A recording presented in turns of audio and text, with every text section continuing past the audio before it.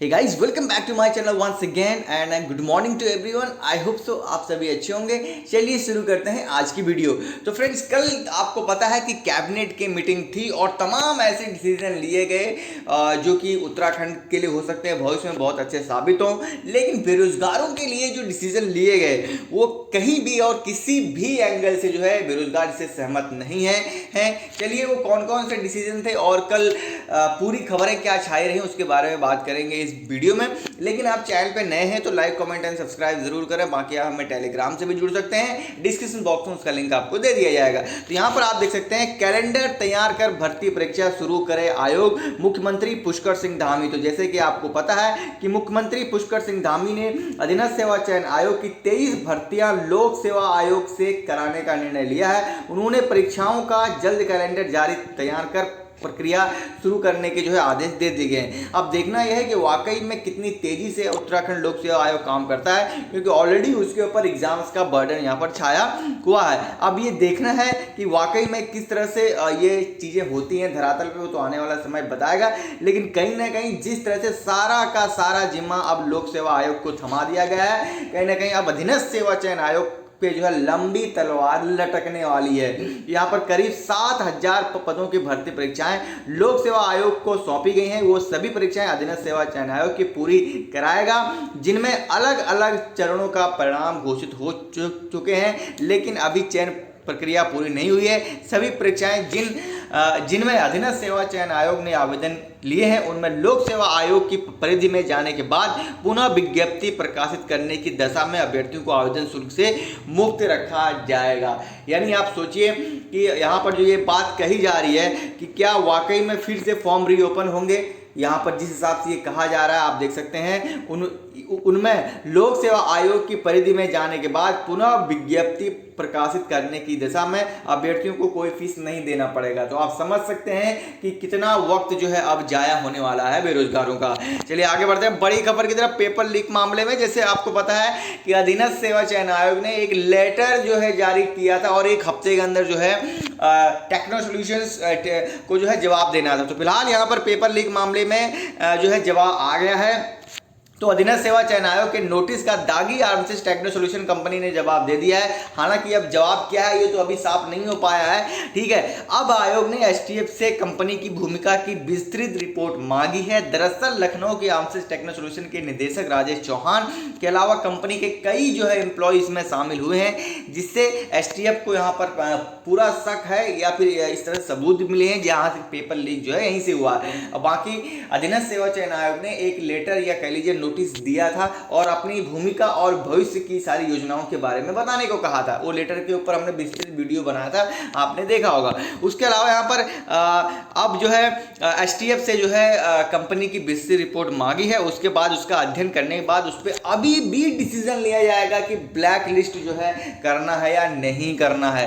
तो आप समझ सकते हैं किस हिसाब से और किस परिप्रेक्ष्य की पार्टी में जो है ये काम लगातार अधीनस्थ सेवा चयन आयोग कर रहा है। इसीलिए इस पे जो है बड़े क्वेश्चंस उठ रहे हैं। और उसके अलावा ट्रिपल एससी को बंद करने की मांग फिर से उठ गई है। गणेश जोशी ने कल ये मांग बड़ी उठाई है। हालांकि इससे पहले त्रिवेंद्र सिंह रावत ने भी ये कहा था, लेकिन अब वही है, अपने अपने काम सबको अच्छे लगते हैं। आगे बढ़ते हैं। ट्रिपल एससी की 5 परीक्षाएं यहाँ पर रद्द कर दी गई हैं। इसके ऊपर मैं अगला वीडियो डिटेल में लेके आऊंगा कि जिन भर्तियों को कुछ कहा ही नहीं गया था, ये इस बात को आप जरा नोट करिएगा।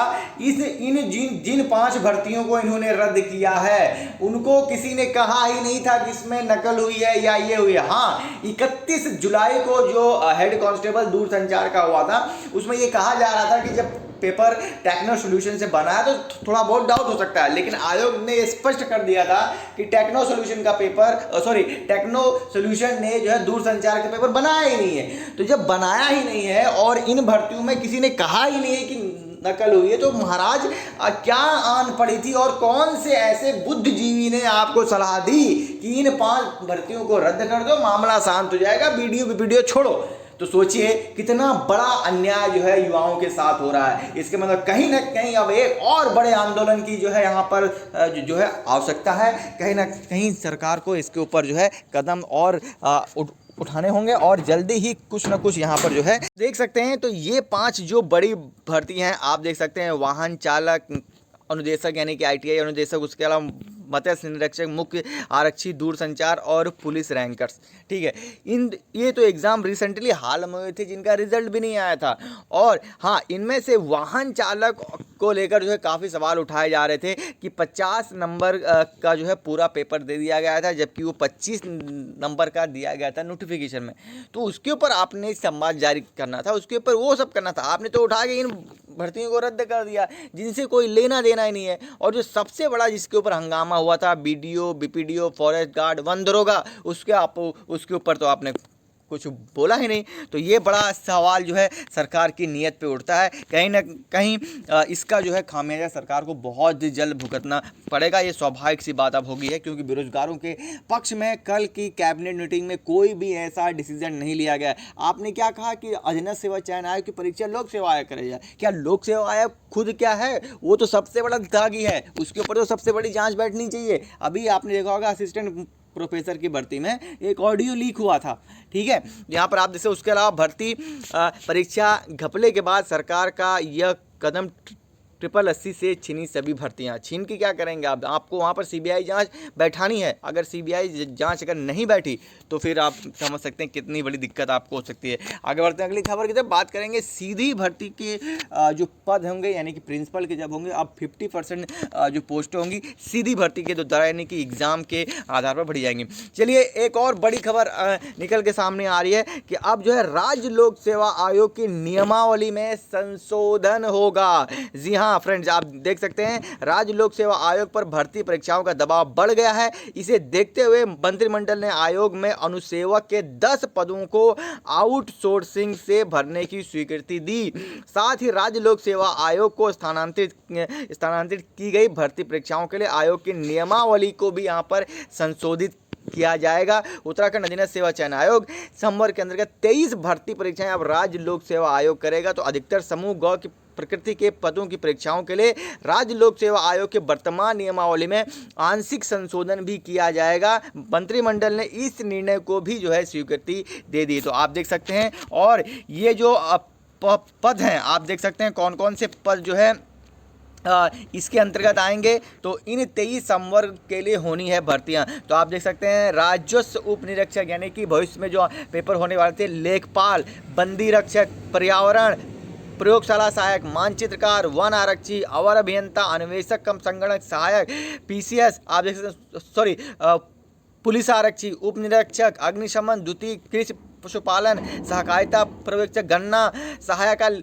लेखाकार, रैंकर्स, वाहन चालक, अनुदेशक, कर्मशाला अनुदेशक, मत्स्य निरीक्षता। तो आप देख सकते हैं इतने बड़े परीक्षाएं यहाँ पर इस लेवल पे होंगी। तो कहीं ना कहीं जो है यहाँ पर जो है नियमावली में परिवर्तन करना पड़ेगा। इसीलिए जो है अब अधीनस्थ सेवा चयन आयोग की जो परीक्षाओं की नियमावली थी उसी के अनुसार लोक सेवा आयोग जो है उसमें परिवर्तन करने जा रहा है। अब देखते हैं ये चीज़ें कब तक जो है सामने आती हैं। चलिए आगे बढ़ते हैं, लिखा है बात करेंगे 52,000 से अधिक अभ्यर्थियों का सरकारी सेवक बनने का अधूरा जो है सपना जो है अधूरा रह गया। तो आप देख सकते हैं उसके अलावा पुलिस रैंकर के रद्द पदों को लेकर भी असमंजस है। बात वही है ना, पुलिस रैंकर का क्यों किया, ये तो समझ से परे है। तो प्रदेश सरकार ने शुक्रवार को जिन भर्तियों को रद्द किया उनमें से आप देख सकते हैं जो है तमाम और 5 थे, उसमें से 5 एक भर्ती ये भी थी। तो यहाँ पर आप देख सकते हैं, लेकिन सरकार ने पुलिस रैंकर्स, ये आप देख सकते हैं, लेकिन सरकार ने पुलिस रैंकर्स की जो भर्ती थी वो परीक्षा रद्द की है। इनमें कुल 997 पद हैं, जबकि सरकार ने उक्त 5 परीक्षाओं के लिए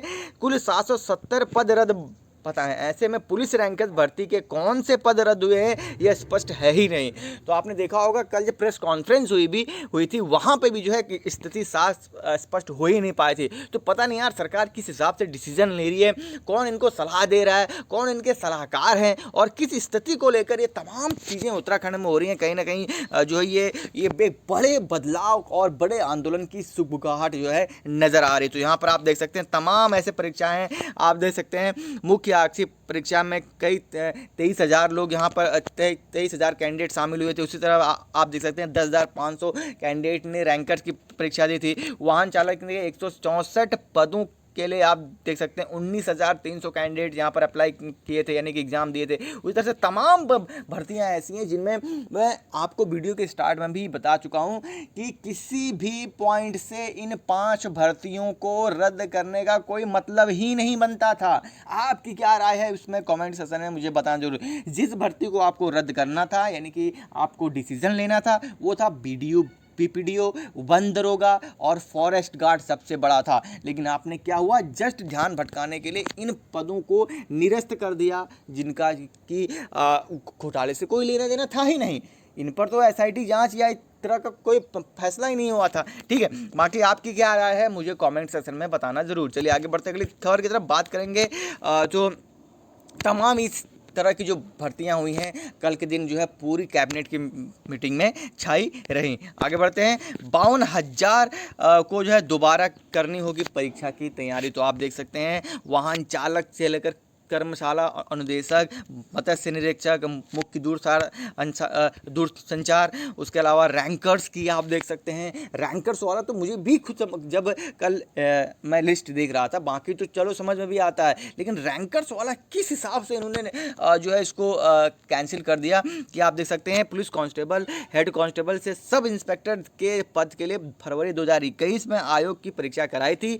आयोग ने परीक्षा का परिणाम जारी कर दिया था, लेकिन 5 उम्मीदवारों ने 4 सवालों के सही जवाब लिखने के बावजूद आयोग की ओर से गलत डिसीजन है। जब यहाँ पर हाईकोर्ट ने भी सब कुछ कर दिया था, सब कुछ हो गया था, तो आपने किस हिसाब से रैंकर्स का यहाँ पर रिजल्ट। आगे खबर की तरफ बात करेंगे उच्च शिक्षा की। तो यहाँ पर आप देख सकते हैं उच्च शिक्षा में इस सत्र से ही लागू होगा एनईपी। ये कहना है धन सिंह रावत का, यानी कि उत्तराखंड में विद्यालयी शिक्षा विभाग के अंतर्गत प्राथमिक स्तर पर राष्ट्रीय शिक्षा नीति 2020 जो है लागू इसी वर्ष से होगी। उसके अलावा यहाँ पर जो है ट्रिपल एससी की जो भर्तियाँ पोस्टपोन हुई उसको लेकर तमाम हर जगह जो है बड़ी बड़ी जो है खबरें छाई रहीं। ठीक है, उसके अलावा यहाँ पर आप देख सकते हैं जो अगली खबर है कि कैबिनेट में धांधलियों के शक में रद्द की गई आयोग की 5 परीक्षाएं। तो इसको लेकर मैंने डिटेल में ऑलरेडी बहुत सारी बातें वीडियो के स्टार्ट में की हैं कि जिन परीक्षाओं को आयोग से धांधली बताकर रद्द कर दिया गया था उनमें तो ऐसी कोई बात ही नहीं हुई थी, तो फिर क्यों इनको रद्द किया गया। और जो सबसे बड़ी धांधली वाली परीक्षाएं थी उनको जो है किया ही नहीं गया। बात है अब इसमें आपको दोबारा फॉर्म भरने होंगे। तो यहाँ पर आप देख सकते हैं सीएम पुष्कर सिंह धामी ने कहा कि अधीनस्थ सेवा चयन आयोग की अटकी परीक्षाएं लोक सेवा आयोग से जरिए होंगी। उसके अलावा यहाँ पर जो है यहाँ पर आपको फिर से फॉर्म भरने होंगे। लगातार इस पर जो ये दबाव लोक सेवा आयोग पे भी होगा कि वो कितनी जल्दी इन सभी भर्तियों का जो है कैलेंडर जारी करता है। उसके अलावा 4 परीक्षाओं पर पहले ही यहाँ पर जांच हो बैठी है। आयोग के स्नातक स्तरीय भर्ती, सचिवालय सुरक्षा दल, कनिष्ठ सहायक जुडिशियल और वन दरोगा भर्ती पर जो है यहाँ पर आप देख सकते हैं पहले ही यहाँ पर जाँच चल रही है। उसके अलावा अधीनस्थ सेवा चयन आयोग को भंग करने की मांग जो है यहाँ पर उठने लगी है और कैलेंडर बहुत जल्द यहाँ पर आपको देखने को मिल सकता है। उसके अलावा गाजियाबाद में भी कराई गई नकल, एक और अभियुक्त यहाँ पर जो है गिरफ्तार हो गया है। तो आप देख सकते हैं पेपर लीक मामले में नया खुलासा। दून, उत्तरकाशी, धामपुर, कुमाऊं के अलावा गाजियाबाद में भी अभ्यर्थियों को पेपर लीक कराकर याद कराया गया था। सूत्रों की माने तो एसटीएफ ने गाजियाबाद से एक और आरोपी को यहाँ पर गिरफ्तार किया है। उसने अपने फ्लैट में पेपर लीक यहाँ पर कराया था। तो 37वीं जो अब है यहाँ पर आप देख सकते हैं गिरफ्तारी हो गई है। उसके अलावा आप देख सकते हैं पिथौरागढ़ जो है सहकारी बैंक में भी जो बहुत बड़ी